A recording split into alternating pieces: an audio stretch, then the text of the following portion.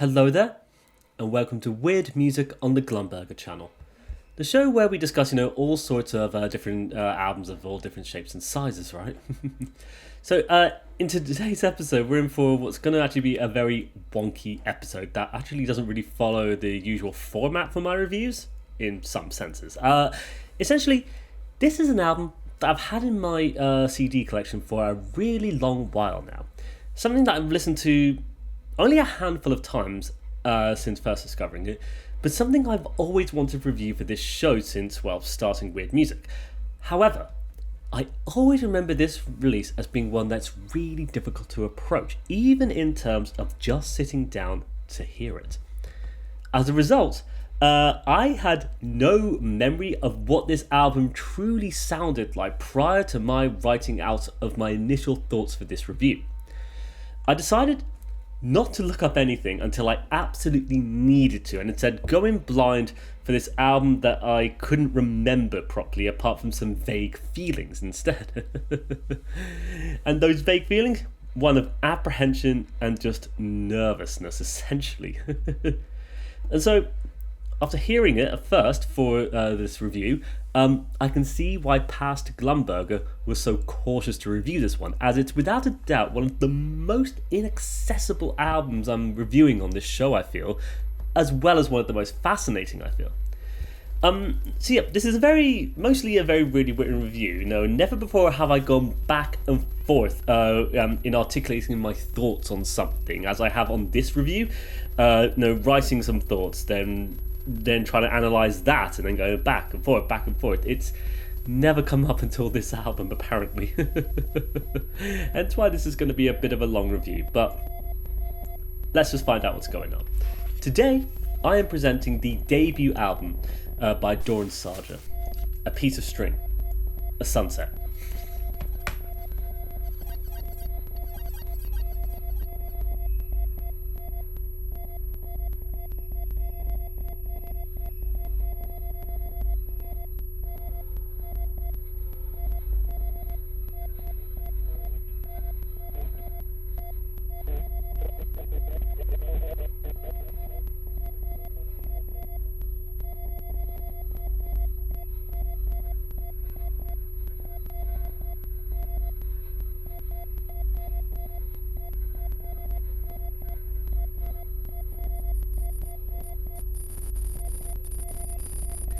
So, of course, let's begin by asking, who is Doron Sadja?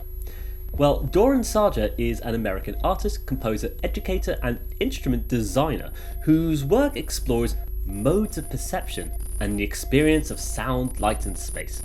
A multidisciplinary artist whose work seems to eschew traditional conventions of accessibility, even traditions, I would say, in favour of creating immersive experiences utilising electronics, synthesizers, extreme frequencies, dense noise, and computer-enhanced acoustic instruments.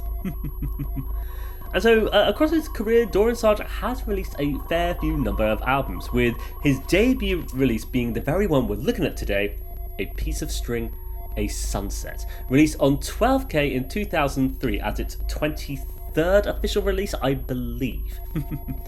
And let me tell you, this is without a doubt one of the most baffling albums to me.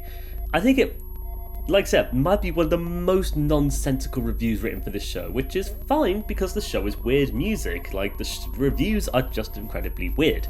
But my goodness, the journey this album sent me on when I tried to write down my thoughts about it really was quite something. Confusing and incredibly disorientating. So prior to even beginning to write down my thoughts on the songs as I listened to them with fresh new ears for this review, I thought what I'd do is actually write down my thoughts on the album based purely on my memory of having heard it a couple of times in my life so far. And so what precedes is a documentation of the strange and unusual journey into reviewing this album, with a couple of interjections just to try and tie this thing together, but maybe tied together as thinly as string itself, perhaps. So, A Piece of String, A Sunset. As mentioned, what I thought I'd do is try to type out my memory of this very album. So some thoughts before I even pressed play to listen to this thing. I wanted to see what my overall view of this album was before actually finding out what it sounds like. And so, as mentioned, this is, another one of the first albums I actually heard when first discovering the record label 12K. So after hearing On Falling by Marcus Fisher, I went to check out some more albums within their vast discography of 12K. And eventually, after hearing a couple, I believe, I landed on this one. And once again, it's the album's cover that draws me in. Ostensibly 2 pictures, one photograph of a field and a path in the distance, maybe, even like a telephone pole in there, and then just the colour yellow, occupying the entire rest of the album's artwork, an entire half dedicated to this big yellow rectangle. And so my understanding of when I first discovered was, what the hell does this thing sound like? And so I remember I went to listen to it, and at some point I remember being very baffled, being incredibly confused and not really having any clue of what was happening when listening to this album.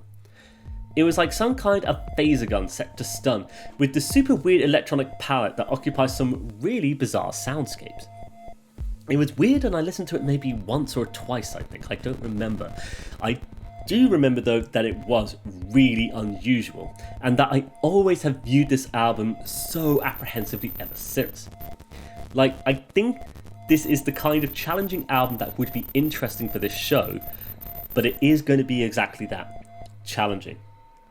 So let's discover what it sounds like and what's going on. So we open with Untitled 1. Barely anything to begin with.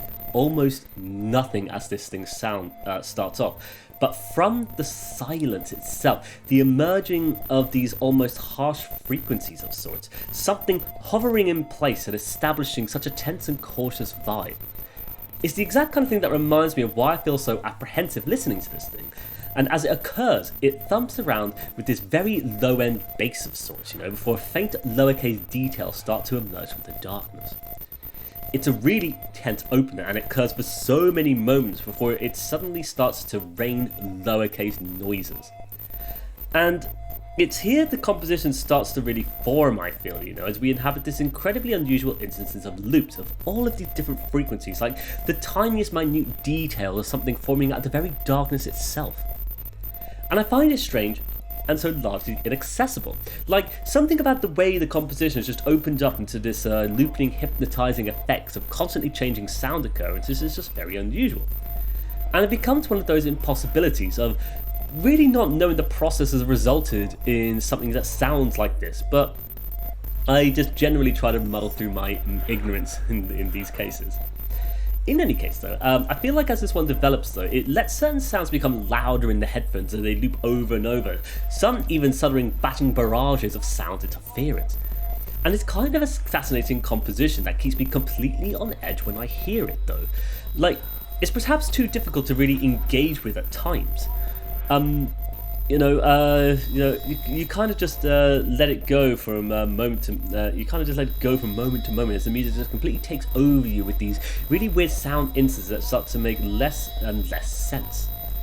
Rattling away physically in your very ears, like being caught between two magnets perhaps towards the end. That ebb and flow you experience from listening to something that falls back as far as it can go before pulling you right back in with the emergence of some new sound that takes a hold of your attention. And so for me, it's very weird because, like, especially towards the end when you get that really dense, intense magnetized layer of sounds, there's kind of some vocal samples hidden beneath it all, looping over and over, bouncing across the very headphones itself. And it's such a strange, unusual place to have navigated to whilst hearing this, but something that's really weird to me. It's incredibly overwhelming and inaccessible, yet I find you just can't take your eyes off it. And so, an interjection here, one of many. This is what I mean about this review being weirdly formatting, adding this in after the fact just to string this review together. So, the entire preceding discussion on the song, for the most part, took me the entire song to write that entire paragraph. Nearly 12 minutes of a song condensed into a poorly worded smorgasbord of vague descriptions of A single paragraph. Simply trying to formulate my opinions on this song, it just wasn't happening, it feels like. It was just too incomprehensible, too much of a brain zapper, starting off so quietly and minimalist and then resulting in this overloading barrage was just way too intense for me. But listening to this track, it was like having my head stuck in a microwave as various sounds on the radio just looped through the headphones, and it was intense and fascinating, and a real sobering reminder of why I find this album so difficult and incomprehensible. And as soon as this song had finished, actually, I did what I don't normally do when writing my reviews, but I just paused the whole album, stopped listening to it, and I went straight to Bandcamp to find out more information, because there was no going ahead if I didn't know some context. So we're going to shove the Bandcamp description in right here. Doron Sadja's debut release, A Piece of String, A Sunset, is a 5-movement CD exploring the subtle fluctuations in tone and amplitude created by the combination of sine waves nearly identical in pitch. Utilising a 144-note per octave scale, A Piece of String, A Sunset is made up of chords containing notes 1/12 a semitone apart, with heavy emphasis on pitches near the threshold of human audibility. These extreme frequencies are combined with the randomization of data sound files, the sparse pulse of rhythmic static, and the continuously present expressive meandering of a sul-pont violin, played by Amy Weiss, and loops of manipulated guitar, played by John Anderson, forming a highly synthetic yet still organic body of music. Doron has collaborated with 12K's Motion during a recent extended stay in London, a portion of which will be released on the 12K Line double CD compilation in autumn 2003, as well as Pony, Matt Mailhan, Steve Martinez and Anthony Lowe, John Anderson, Climax, and dancer Gene Copeland. His live shows include laptop, homemade electronics, accordion, and/or cassette loop and mixer loop manipulation. Doron currently is studying technology in music and related arts at the Oberlin Conservatory of Music in Ohio, and is also the co-founder of the electronic music label Shinkoio. So, I'll be honest, I struggle, don't I? I do struggle. I don't have that academic understanding. But it seems to me that this is a process of experimentation with loops, sound sources ranging from just about anything, it feels, but mostly emphasizing these really weird sound occurrences that just are right on the periphery of what we can hear as humans, essentially. Be it sourced from the most remote occasion, a single occurrence in time, it feels, now re-expressed to us in the form of this abstract tapestry of frequencies. This flux of music, perhaps.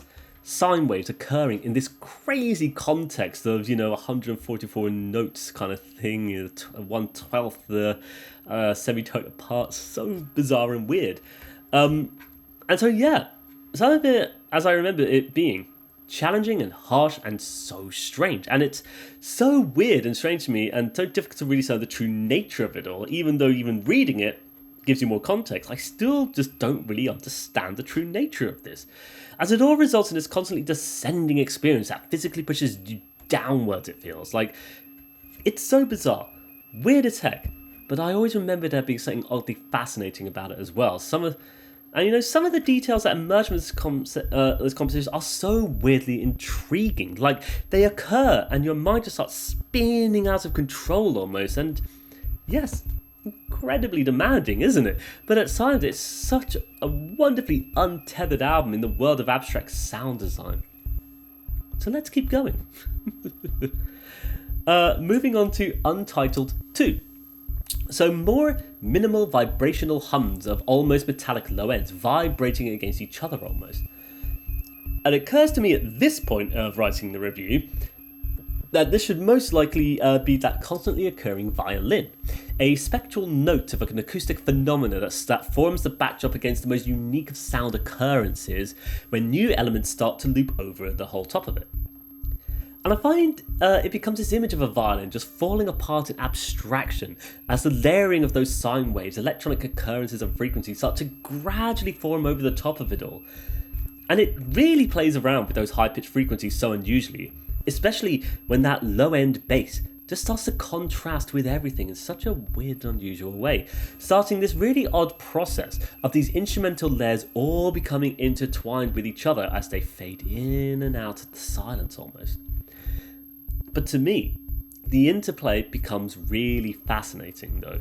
And the physical effect that listening to this has on my ears themselves is one that's so unusual and weird, but one of the things that makes it such a unique thing to listen to. Like these weird electronic interferences ringing out in the ears, it's weird as you kind of get yourself lulled into a false sense of security, only for the composition to seemingly interrupt itself with different occurrences as they happen. Very weird, and something that's so oddly captivating, even though it makes me feel so tense and uncomfortable though. Like those frequencies, and especially when those frequencies and interruptions just occur, forming so much of the main character for this particular track, it really just is uncomfortable to listen to in a weird way. And it's odd because before long you just begin that process once again of being pulled in and out, that ebb and flow, of just letting the music continue its confusing onslaught of sounds as you try to comprehend it all, but eventually just let it wash over you in a weird way. Once again, impossible to place the particulars of it all, I know, as it seems to fall in and out of pure abstraction itself almost. Not just playing around with the sounds themselves, but even their structuring as they occur across this composition, it feels. Like, it all just feels really constantly uneasy, it's like one of those strange instances of not being there in reality itself, perhaps. And I do find myself just being pulled into that strange world the more it progresses though, and find myself very curious to know what the heck is even going to happen here, right? It's very interesting on this one though. Something very odd around 10 minutes in happens though, when it becomes the sound of rain perhaps, or what sounds like rain. Like, by this point it's incomprehensible, but it feels like we get a naturalistic field recording. And it creates this little moment of just a calm for a second, because it's something tangible that you can listen to. Only for an interlude of wonky electronics to drag the whole thing to a close alongside those rumbling low ends again. And I find myself imagining the turning of tapes and cassettes all at the end of their storage though, playing out the last occurrences of their sound for such a weird amount of time as the cassette tape literally just flops around on loop kind of thing. I think it's actually a really cool place for this track to have built up towards though. And I find I actually started to really enjoy that weird lowercase murmur that it all devolves into at the end. Like, it's really strange, but I think as well, just, equally challenging as difficult as its predecessor, of course. Like, this whole album seems to be one that's going to be really difficult to navigate. The journey through the lush greens in the outdoors interrupted by this empty space of pure yellow. Like, where is it going to go from here? So, another interjection time. It's here. I'm going to have to admit something else. Normally I just write the reviews discussing my feelings and emotions on the songs as I listen to them in that particular moment when I'm writing the reviews, of course. But this album has been so baffling and so confusing that I felt the need to come back to this review constantly to provide further context and understanding in the form of these interjected paragraphs. Like, it is probably fucking up the chronology of this review, truth be told, but at the same time, I think that's kind of funny in its own weird way, right? And as it is, I think it's worth reflecting on the tracks in question and the album itself, but also what I've written about them and why I feel this way in a weird way. Like, it's weird for me because so much of this track feels dominated by these low-end wubs that kind of thump around the headphones, creating a very physical sensation as the frequencies glide right through the headphones themselves. Like, listening to this is really amazing because it's a very binaural experience, to be fair. Like, one where you can physically feel those sounds travelling through the headphones, though, from one ear through your brain and out into the other ear, essentially.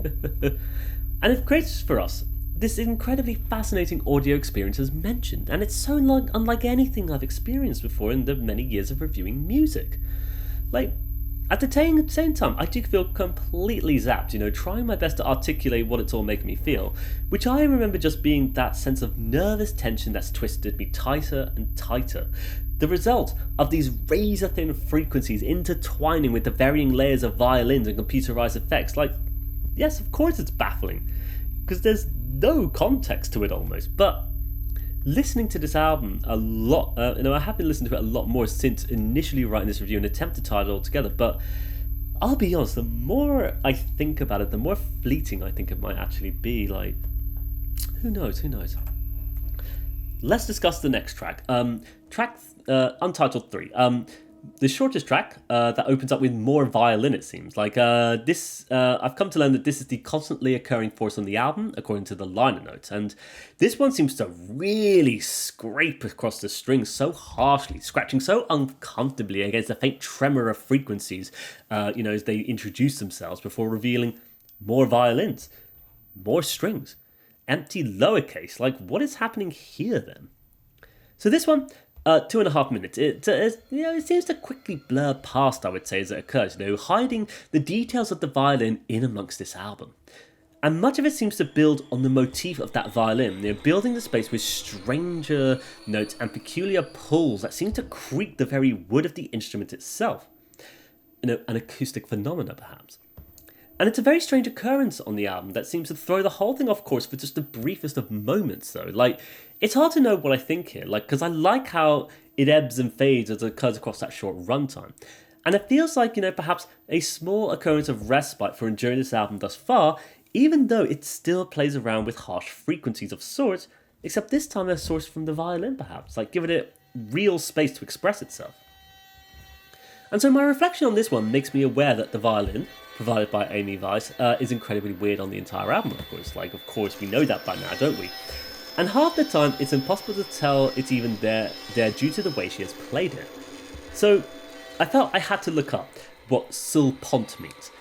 So, sul pont violin, it's a violin technique, where the bow is placed near the bridge of the violin, creating these incredibly unusual, scratchy, resonating acoustic frequencies that feel very microtonal and very spooky.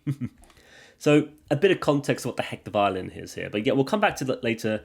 We're going to move on to the next track. So, the penultimate track, Untitled 4.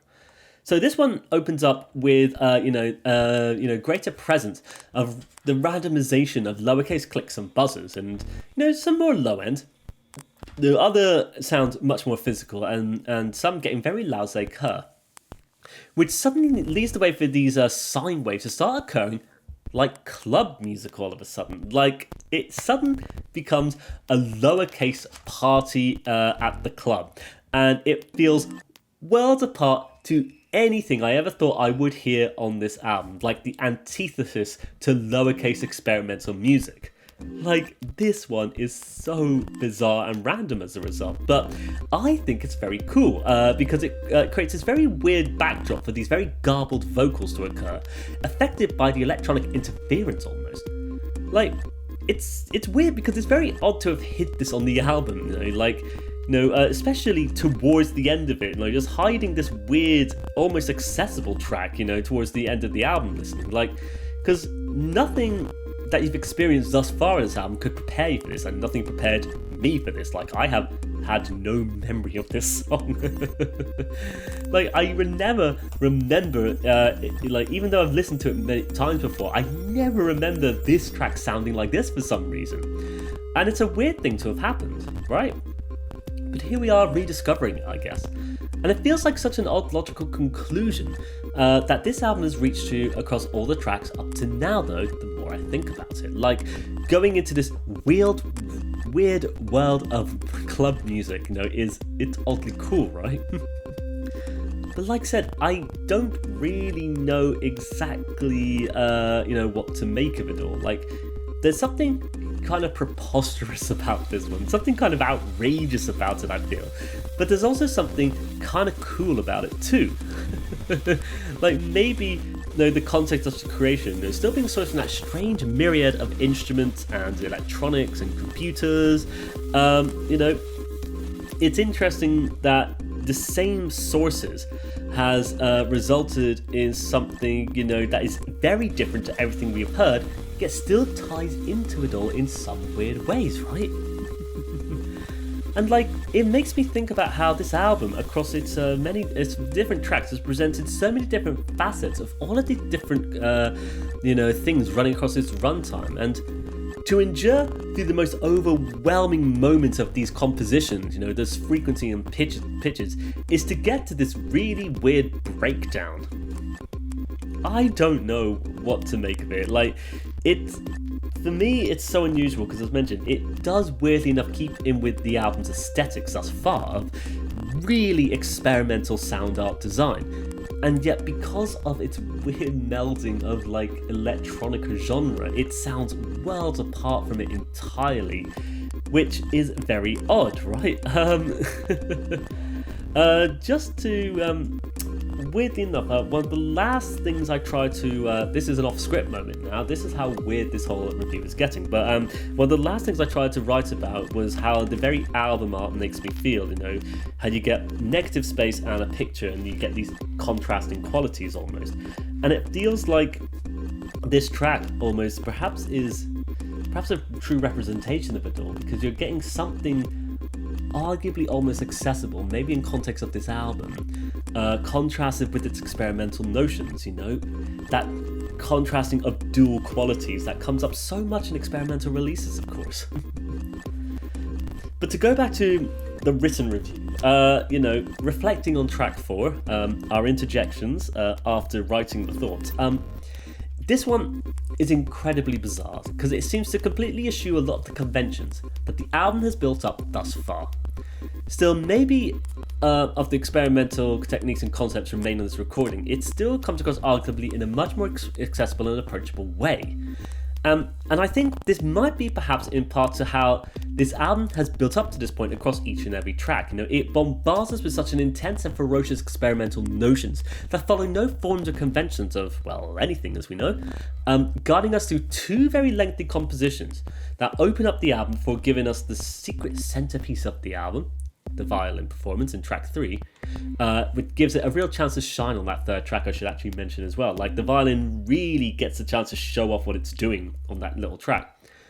And then it's kind of weird how it's done all that, though, guided through these similar ideas but very different ideas. And it feels like the album is constantly bringing up new surprises here and there, creating this unpredictable musical odyssey that is really playful as a result, I should say. It seems like Doron Sadja is having a lot of fun creating something that sounds like this. But then to have developed it all forwards on the 4th track into this weird smorgasbord of experimental notions and odd techno vibes, it creates something that feels as baffling as everything that's gone before it, and yet purely because of how it sounds, feels oddly more approachable, oddly more accessible. But I have to say, maybe it only feels approachable to me purely because of the context we have from those preceding tracks on the album, because those tracks sounded the way they did and took so long to build up to this various point, it makes this one just feel a little bit easier to listen to purely because of its elements. But it's still as weird, though. It's still as strange because it's, for similar and different reasons. It's one of those things, the more I think about it, the more it really hurts my head, as it just traverses that fine line between being 2 different things at once. In a weird way, it might be the most fascinating track on the album. Maybe. Let's move on to the album's final track, though, shall we? Untitled 5. So I remember this one for some reason, but as it opens, I'm not greeted by anything familiar. This one just opens up with vibrating low ends, high-pitched frequencies, and lowercase instances.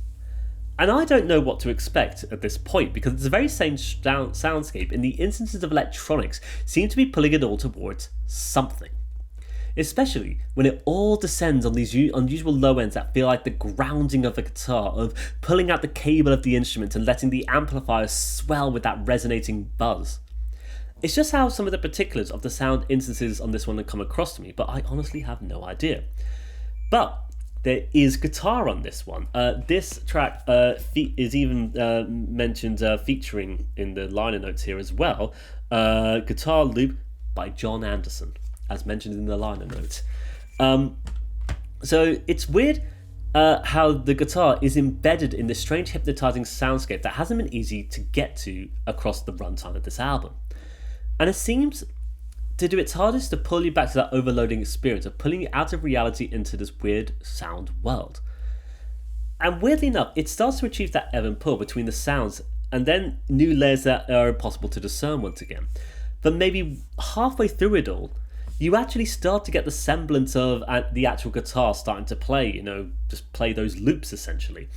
And it's a weird esoteric moment that begins this pull between the disparate sources, the strange occurrence of guitar and electronic sounds, resulting in this weird musical experience to close the whole thing off.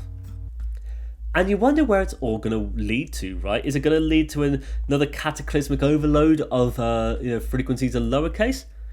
Well, it just seems to instead turn off a great number of the effects for a brief moment, letting the guitar ring out with its pattern of notes before creating this lovely final little moment at the end of this album that finishes up in this really nice, odd ambient, proto-ambient way of guitar playing of sorts. It's so bizarre, because after everything we've heard, having something that sounds as nice as the guitar does on this particular track is something that's truly delightful. And I think there's something very sentimental about the way the guitar sounds here, even against that backdrop of weird electronics. It's weird and strange, but it's such a lovely, quaint little moment, situated right at the end of this entire album. A little remark to getting lost on the guitar as you just play to yourself, essentially. And I think there's something nice about that, to hide it at the end of this difficult journey through uncomfortable frequencies is a really weird thing. Like I said, I don't know what to make of it. A part of me did remember that I appreciated something about this particular composition for some reason when I first heard it. And after hearing it for the review, I don't think I remember what it even was anymore specifically. It might have just been just how nice that guitar sounds, perhaps. But regardless, I like it all now, though. The fact that I can just really identify with enjoying the sound your guitar makes, or just the fact that this composition is a weird musical moment in this weird tapestry of electronic frequencies and interferences, and how it's such an arduous journey through it all, and yet it rewards the patient listener with something very special and unique right at the end of it all. And so to quickly reflect my thoughts on this track as well then, I can remember in retrospect why it stood out to me in so many ways. After experiencing so much bombardment of lowercase minimalism to maximalist frequencies, ending the entire thing on a composition that leaves so heavily into just lovely guitar textures makes for something very interesting. These stand out of it purely because of that guitar though, which is perhaps the only instrument of an instrument sounding like its instrument maybe, except for maybe one pull on the violin in the middle track, but maybe. But honestly as well, I think what he's playing is really nice though. It's a meandering little melody of sorts that seems to be delighting in the tones of the guitar itself. Maybe because it's the most different sounding track, or to me the one that feels the most different sounding out of all of the tracks, is why this one stood out to me in so many ways. But as mentioned, its opening though is something that flew past my head, something that was never committed to memory when I first heard it, which is very strange, isn't it? But I feel like every time I listen to its album, it ends up sounding a little different in places, which doesn't make any sense. Music doesn't do that. What has been recorded and committed to tape is what it sounds like, and it doesn't ever change. But it might be because of the bizarre effects this album's had upon me when listening to it in the past or for this review. My awareness of it is what I'm literally hearing seems to change as the album progresses and where I am in a particular place in time. And it drags me into different sound occurrences at various points before I get ultimately distracted and overloaded by other parts, before being dragged back in. And that is kind of that ebb and pull effect that I've been trying to express at various points, but as mentioned, it's very hard for me to put into words. But regardless, I think it's interesting, don't you? So, a lot to summarise. I think I can remember why my slightly younger self thought this album as being really weird. I feel right to have been apprehensive, to be honest, as so much of the music made me feel tense and uneasy, just teetering barely alongside the line of reality itself, just this collection of strange compositions that seem to pull you into their own version of reality itself. One warped by the strange occurrences of what it is even happening, what Doron Sadja has done to create this composition, or all these compositions, it eludes me, I feel. Like, I know the guest violin, the guitar are credited, as mentioned, the violin has always been occurring, I think. But it's the fact that these compositions seem to throw themselves down abstractions to such an absurd degree that it makes for something that's very bizarre to listen to, but also one of the most fascinating things I've had the fortune to come across. Like some albums I experience for better or for worse, I feel. Some I have absolutely no idea. This one, I don't think I'm close to ever truly knowing, to be fair. But I do know a part of me, back whenever it was I decided to pick up this physical copy, part of me thought it was interesting enough to grab the copy of it.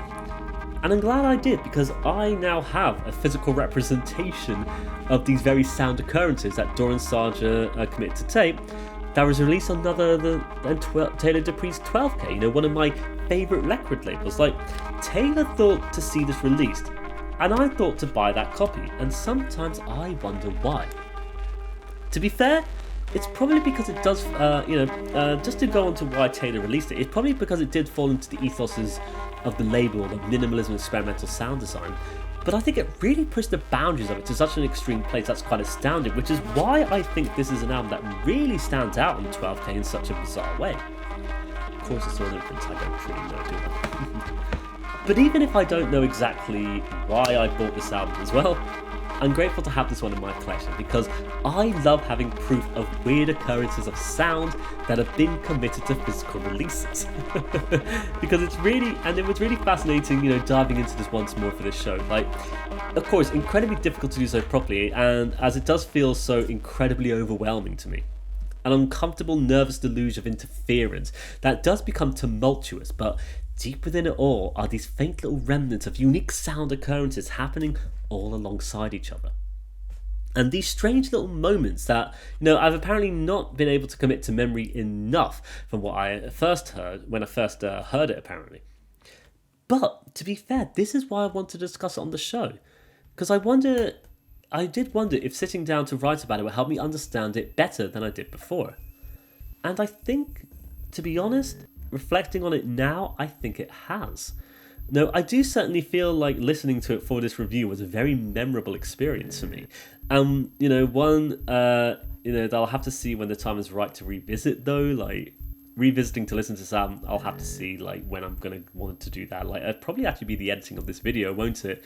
But I think that's interesting, because as a result of how it all is and how overwhelming and apprehensive I am about it, I'm kind of excited to see how this one's going to turn out, but I have no idea as of recording this. But I genuinely because it's essentially like, I feel like this might be one of the most abrasive things I've heard within this sort of version of lowercase music, I guess. Like, it certainly doesn't relax. It definitely didn't relax me, but it was unique. And I was interested by everything that was happening before my very ears. Something I'm glad to have tried to talk about, as it's been this strange, unapproachable little thing in my CD collection, hidden amongst the modest selection I have of releases by 12K. Like, I certainly don't really know what else to make of it, but I really wonder, what are you going to make of it, right? Before we close off, I do apologise. I'm aware of how inexplicably long this review has been, longer than it has any right being. But even if it can even be called a review, of course, I don't know what these are, to be fair.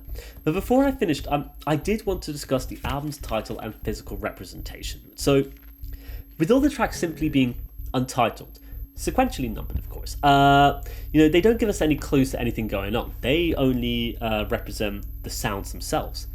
And so the only clues we actually have to go on are the name of the album itself, and of course the strange album art, isn't it?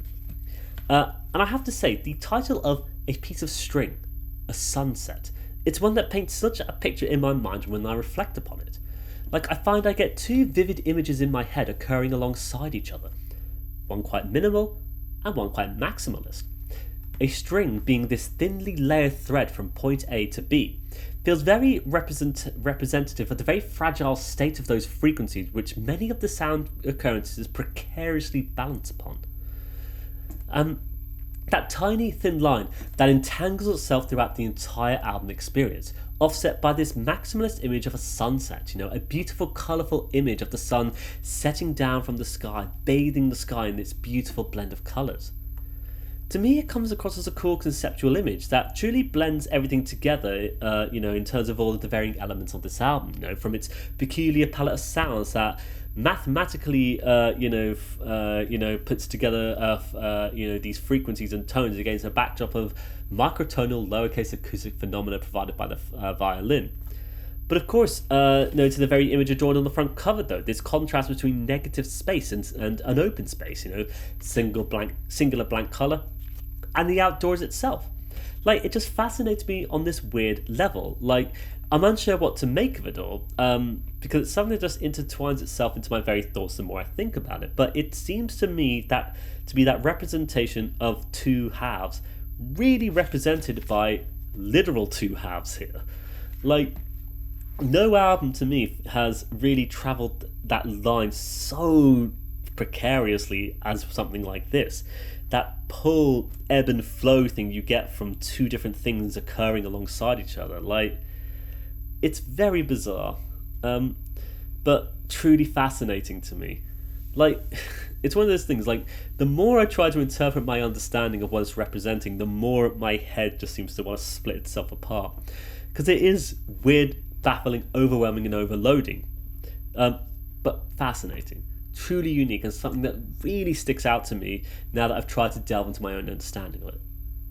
Of course, weeks later, after writing down the initial strange thoughts on this album, I have to ask myself, am I really any closer to understanding this album? I have no idea. I certainly hope so. And so with that, I think we'll be coming to the end of our episode on A Piece of String, A Sunset by Doron Sadja. Wafer-thin sounds intertwining into a garbled mess of electronics, and back again before finding some versions of beats and melodies hidden within the fine print of harmonic frequencies. My goodness, what a truly baffling experience, right? One that is incredibly difficult to digest at times, but one that takes you on this incredibly unique auditory experience that throws its experimentation through varying electronic genres, And at times, it feels like being caught between two electrifying magnets. Other moments, casually viewing a lawnmower silently humming away. Other times, a disco at the lowercase club. I can't make heads or tails of it, but I know a part of me holds some level of appreciation for the uniqueness of things, even if it makes such little sense to me. Like an auditory block over reality itself, distorting it into this formless negative space suggested to us as a singular yellow tone, maybe. I think, without a doubt, one of the weirdest things we must have reviewed on this show so far, perhaps. And yeah, I don't know what you, the viewers, are going to make of this. I do hope you've enjoyed this one. I don't know, though. I think it's going to be the most inaccessible episode we've made, but such is the nature of this show. It is what it is. I at least hope you've been entertained enough anyway. If you haven't made it this far, I would like to thank you for sticking with this episode of Weird Music. Of course, recommendations, put them in the comments. Let us know. We will cover some more this year, I hope. But yeah, for now, I would like to thank you for watching today's episode of Weird Music. I wish you all the best. Take care, and bye-bye for now. Bye-bye.